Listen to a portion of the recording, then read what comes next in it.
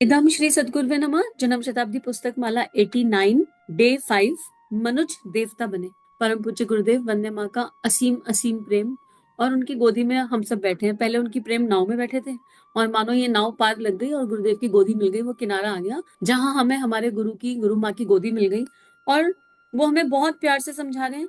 और गुरुदेव हमें ये कह रहे हैं कि अपने भीतर के देवता को जगाना है तो भीतर से खाली होना है। भीतर से खाली होना है, इसका मतलब ये नहीं है कि रोबोट बन जाएंगे। इसका मतलब ये बिल्कुल नहीं है कि भाव संवेदनाओं से शून्य हो जाएंगे, लेकिन हमने भीतर जो संसार भर रखा है उससे हटना है। जो हमारे मन में फीलिंग्स आ जाती हैं, इमोशंस आ जाते हैं, ट्रिगर हो जाता है, हमें हर्ट हो जाता है, मान सम्मान लगने लगता है, या जो भी हम वासनाओं में लिप्त हो जाते हैं, उन एनर्जी से कैसे बाहर आना है, इसको गुरुदेव ने डॉट टू डॉट बताया।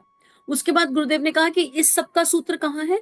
इस सब का सूत्र है, अगर हम अपनी पूरी एनर्जी को कर्तव्य पर शिफ्ट कर लें।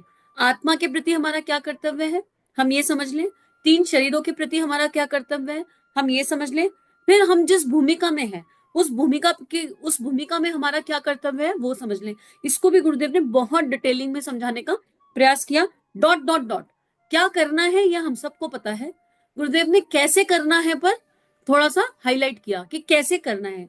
अब जिसने वो कर लिया, मतलब जो गुरुदेव ने बताया उसमें इच्छाएं खत्म हो जाएंगी। गुरुदेव ने कहा कि अपनी सारी इच्छाओं को ट्रांसफॉर्म कर दो। और हमारी मोस्टली इच्छा उचित वही होती है जो किसी पे डिपेंडेंट ना हो। अब मान लो मुझे इच्छा हुई कि मुझे चाय बनानी है, तो मेरे हाथ पैर चल रहे हैं, मैं किचन में जाऊं, चाय बनाऊं और पी लूं। अब मुझे इच्छा, अगर मान लो मैं खुद बीमार पड़ी हूँ, मेरे हाथ पैर चल नहीं रहे हैं, और मुझे चाय बनाने की इच्छा हो रही है, चाय पीने की इच्छा हो रही है, और मुझे इच्छा दिन में 10 बार होती है, तो इस इच्छा के चलते मेरे घर में जो बाकी प्राणी है वो परेशान हो रहे हैं। ऐसे इससे बेहतर है कि इस इच्छा को दिशा दी जाए। वैसे भी कोई चाय बहुत बढ़िया चीज तो है नहीं। तो मोस्टली हम लोगों को दुख सुख वही होता है जहां अंदर से जो इच्छाएं जन्म लेती हैं वो अपने पर डिपेंडेंट नहीं होती, दूसरों पर निर्भर होती हैं। जब हमारी इच्छाएं दूसरों के एक्शन प्लान पर निर्भर हो जाती हैं, दूसरे के रूटीन पर निर्भर हो जाती हैं, तो फिर क्लैशेस होते हैं, कॉन्ट्राडिक्शन होता है।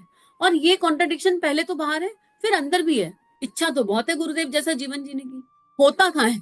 इच्छा तो बहुत है, हम भी 27 माला रोज फिरे, होती कहाँ है। इच्छा तो बहुत है, प्राणायाम करें, सुबह जल्दी उठे, वी हैव सो मेनी आध्यात्मिक इच्छाएं ऑल्सो, लेकिन हम उनको भी पूरा नहीं कर पा रहे। जब हम अपने मन में उठी उन इच्छाओं को भी पूरी तरह पूर्ण नहीं कर पा रहे जो हमें ईश्वर का अनुभव करा सकती हैं, जो मानव देह में मानवता का एहसास करा सकती हैं, तो हम दूसरों से कैसे आशा अपेक्षा कर सकते हैं। तो गुरुदेव हमें इच्छाओं को विलय करना सिखा रहे थे कि कैसे अपनी इच्छाओं को ट्रांसफॉर्म करना है और कैसे उनको विलय करना है। और बेस्ट वे ये है कि किसी से उम्मीद मत करो और केवल भगवान का कहना मानो। अब जब ये अवस्था आ जाएगी तो सच्चा कर्मयोग जीवन में घटित हो जाएगा। कर्मयोग क्या है? एक ऐसा योग, होने को तो बहुत सारे योग हैं, हमने सबने नाम सुना है, ज्ञान योग, भक्ति योग, अभ्यास योग, कर्म योग, प्रेम योग, जाने कितने योग हैं।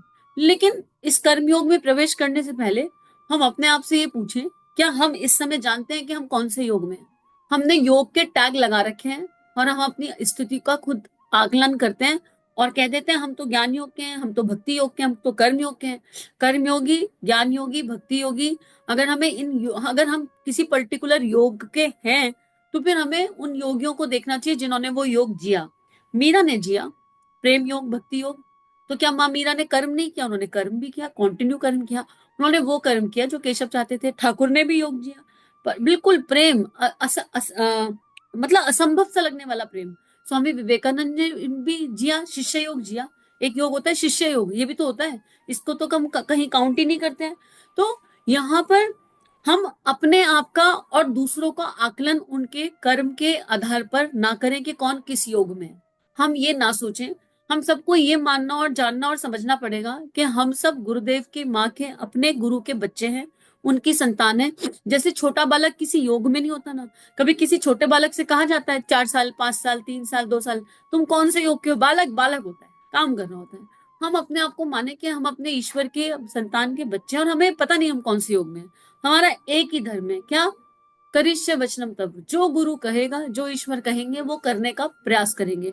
अपने आप को अभ्यास योग में कलेक्ट कर ले। बेटर होगा कि हम अपने आप को अभ्यास योग में ले आए, कि हम प्रयास करते रहेंगे, हम कोशिश करते रहेंगे और उत्साह के साथ कोशिश करेंगे। कोशिश करने वालों की हार नहीं होती। तो हमको कर्मयोग का फ्लेवर और एसेंस समझ में आएगा, क्योंकि कर्म केवल देह से नहीं बनता है। आइडियली तो देह से जो किया जाए, जिसमें भावना ना मिली हो, वो क्रिया होती है। वो क्रिया होती है, और क्रिया का पाप पुण्य नहीं होता। हाँ, कुछ क्रियाएं ऐसी हैं जो नहीं करोगे तो अपने आप उसका पनिशमेंट मिल जाएगा। मत नहाओ, नहाना एक क्रिया है, लेकिन गंगा जी में नहाना क्रिया नहीं है। हम रोज नहा रहे हैं वो अलग है, और गंगा में डुबकी लगा रहे हैं, जब गंगा जी के तट पर जाते हैं तो वो क्रिया नहीं होती, वहां भावना जुड़ जाती है। कर्म तब बनता है जब उसमें भाव ऐड हो जाते, फीलिंग्स ऐड हो जाती है, इमोशंस ऐड हो जाते हैं। और कर्म की इंटेंसिटी क्या होती है, वो मतलब कर्म किया, उस कर्म का फल क्या पड़ेगा, वो इंटेंशन और इंटेंसिटी पे डिपेंड करता है। 10 लोगों ने, कल ये बात हो रही थी कि 10 लोगों ने मान लो खून किया, कर्म तो एक ही है, 10 के 10 ने खून किया, सेल्फ डिफेंस में किया, 10 के 10 ने सेल्फ डिफेंस में किया, लेकिन फिर भी 10 के 10 के कर्म अलग बन सकते हैं। एक तो सबका प्रारब्ध अलग है, सबका कार्मिक अकाउंट अलग है। फिर किसी ने भय में किया, मतलब गलती से हो गया, कोई हमें मार रहा था सेल्फ डिफेंस में, हमने कुछ किया और खून हो गया। एक ने बहुत क्रोध में खून किया कि मैं बदला लूंगा, मुझे मारा तो मैं तुमसे बदला लूंगा। एक ने खून किया, मारा, और उसके बाद मरे हुए को और खोदा कि तूने मुझे इतना तंग किया, मैं तुझे और मारूंगा, मरने के बाद भी चक्कू पे चक्कू लगा रहा है। ऐसे ही 10 लोगों के पास डिफरेंट सॉर्ट ऑफ एनर्जी हो सकती है, कर्म एक है। तो वो जो उनका अंदर चल रहा है ना, वही निर्धारित करेगा कि उनके जीवन की गति क्या होगी। तो बहुत सारे लोग एक से कर्म करते हुए दिख भी जाए हमें, तब भी हम उनके अंतःकरण का आईना, उनके अंतःकरण में क्या चल रहा है नहीं जान सकते। और बेहतर ये है, ये यात्रा ये कहती है कि आत्मनिर्माण समाज की सबसे बड़ी सेवा। इतना टाइम, इतनी फुर्सत क्यों है कि दूसरे के किए हुए कर्म की इंटेंशन जांचने बैठे। अपना आईना तो हमसे देखा नहीं जा रहा, हम दूसरों के आईने देखते रहे। बेटर ये है कि हम अपने किए हुए हर एक्शन के पीछे की भावना को चेक करें, और यही सही चौकीदारी है। गुरुदेव कहते हैं चौकीदार बन जाओ।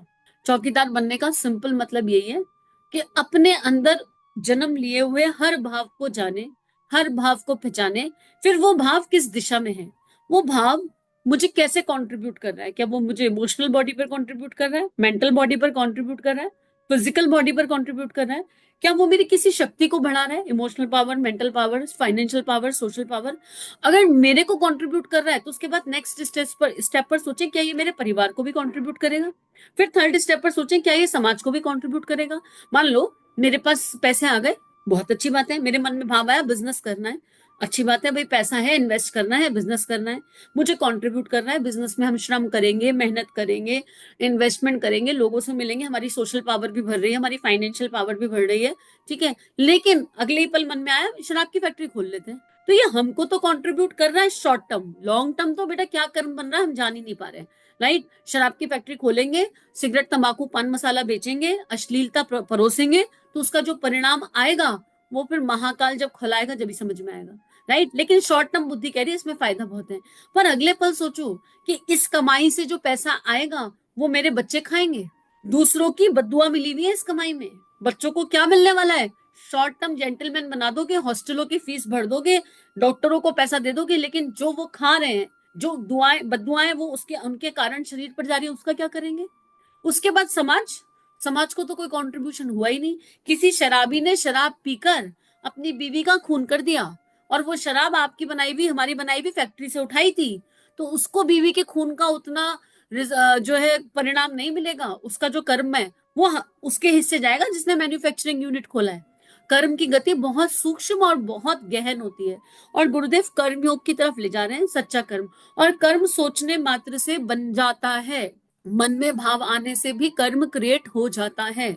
तो हमें बहुत सोच समझ के सोचने की, बहुत सोच समझ के विचार करने की आवश्यकता है, और उसके लिए भावनाओं की चौकीदारी की आवश्यकता है।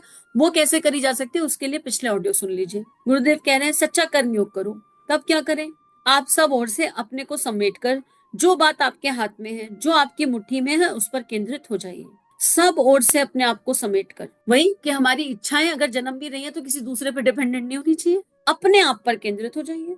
परिस्थितियां आपके हाथ में नहीं है, दूसरे लोग आपके साथ में क्या सलूक करेंगे इसकी कोई गारंटी नहीं है। अपनी खुशी को आप उन बातों में मत मैसर कीजिए, नहीं तो आप सदा ही दुखी रहेंगे। सुखी होने का एक ही तरीका है कि हम अपने कर्तव्य और फर्ज कहाँ तक पूरा कर सकते हैं, हमने पूरे किए हैं कि नहीं किए हैं, बस इतने से बात खत्म हो गई। इसी को कहते हैं कर्मयोग। इतना शॉर्ट, इतना क्रिस्प, इतना सिंपल डेफिनेशन है। एक बात हम लोग अच्छे से रट लें, मुझे तो बहुत पक्की पक्की ठीक लगती है, हम सबको खुश नहीं रख सकते, पॉसिबिलिटी नहीं दिखती है, रेयर पॉसिबिलिटी है। अगर मैं कोई एक काम करूं, अगर घर में एक लेडी खाना बना रही है और घर में 8 लोग हैं, आपने एक डिश बनाई, आपने 2 डिश बनाई, तब भी जरूरी नहीं है कि 8 के 8 खुश हो जाएं।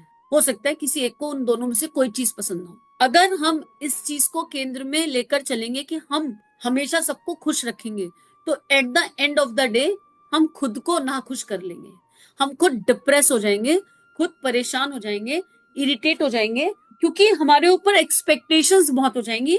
और ये एक्सपेक्टेशंस हमारी मोल ली हुई है, हमने लोगों से मोल ले रखी है, जबरदस्ती चढ़ा रखी। गुरुदेव यहाँ कह रहे हैं कि बस ये देखो कि हमने जो किया उसमें हमारी भावना क्या थी, इंटेंशन क्या थी, मन पवित्र था कि नहीं, कोई गांठ तो अंदर नहीं थी, करुणा थी कि नहीं, प्रेम था कि नहीं। अगर ये सब कुछ है तो it is okay to perform the action. Vivekananda ji ने जो किया वो किया, ना उनकी माँ को पसंद आया, ना उनके परिवार को पसंद आया, लेकिन ही वॉज वेरी श्योर कि मैं क्या कर रहा हूँ। उसमें उन्हें कोई स्वार्थ का भाव नहीं था। उन्हें ऐसा भी नहीं था कि मुझे गुरुजी से खजाना मिल जाएगा, ठाकुर रामकृष्ण परमहंस से, क्योंकि ठाकुर रामकृष्ण परमहंस ने तो उन्हें ऑफरिंग दी थी। ठाकुर ने उनको पूछा कि मेरे पास जितनी भी शक्तियां मुझे ईश्वर से प्राप्त हुई हैं, वो सब मैं तुझे देना चाहता हूँ। विवेकानंद से कहा जब वो नरेंद्र थे, उन्होंने पूछा क्या उससे मुझे भगवान मिल जाएगा? बोले नहीं, भगवान तो नहीं मिलेगा। तो विवेकानंद ने कहा फिर अपने पास रख लो, मुझे नहीं चाहिए, मुझे तो केवल भगवान का अनुभव चाहिए। तो विवेकानंद जी के पास कोई आध्यात्मिक चाह भी नहीं थी। लेकिन जब महापुरुष निकलते हैं, माँ मीरा जो कर रही थी उसको किसी ने सही नहीं ठहराया जब वो कर रही थी। स्वयं परम पूज्य गुरुदेव का जीवन देख लीजिए। परम पूज्य गुरुदेव 12 साल की 13 साल की उम्र से 6 घंटे की साधना में लग गए। उसके बाद उन्होंने छपको माँ की सेवा करी। परम पूज्य गुरुदेव ने ऐसे कितने काम किए, हिमालय चले गए। फिर बच्चों को, अपने जो उनकी देह की जन्मी संतानें थी, उनको भी ऐसा कोई पालन पोषण नहीं किया दृष्टि से देखा जाए, संसारिक दृष्टि से। तो जब इस यात्रा पर निकलो तो सबको खुश नहीं कर सकते, पॉसिबिलिटी नहीं है। लेकिन अगर अंतर्मन सच्चा है, भावनाएं सच्ची हैं, विचारणाएं सच्ची हैं, मन में करुणा है, प्रेम है, तो क्या होगा, ड्यू कोर्स ऑफ टाइम, थोड़े समय बाद वो जो अंदर की वाइब्रेशन है वो ट्रैवल करेगी। और जो लोग शुरू में सहयोगी नहीं दिखाई दे रहे हैं, वो अपने आप साथ आके आते चले जाएंगे। इसलिए हमेशा अप्रूवल्स लेने की आवश्यकता नहीं है। अप्रूवल लेना है तो गुरु से लो, अप्रूवल लेना है तो अपने इष्ट से लो, अपने भीतर बैठे सदगुरु से लो, अपने इंटेलेक्ट से लो।